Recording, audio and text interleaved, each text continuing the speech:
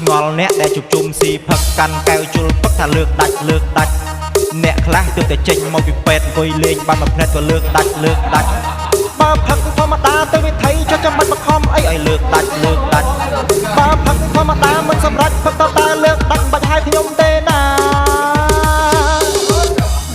រាប់អានរាប់ចេញមកពីចិត្តកុំរាប់ហើយគិតតែលើកដាច់អ្នកខ្លះរាប់តែពេលស្រវឹងពេលស្វាងស្ងាត់ឈឹងព្រោះមិនបានលើកដាច់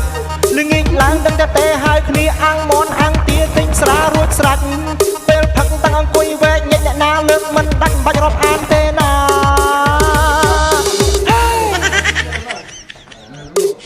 ផឹកស៊ីឲ្យមានរបបមានរបៀបផឹកតែសារសុខភាពកុំលើកដាច់យើងផឹកកុំខ្លាចអ្នកលក់ក្របើផឹកយកល្អកុំលើកដាច់ជុំគ្នាគឺដើម្បីសប្បាយកុំបង្ខំគ្នាឡើយឲ្យលើកដាច់យើងផឹកចង់មានអ្នកចោចែក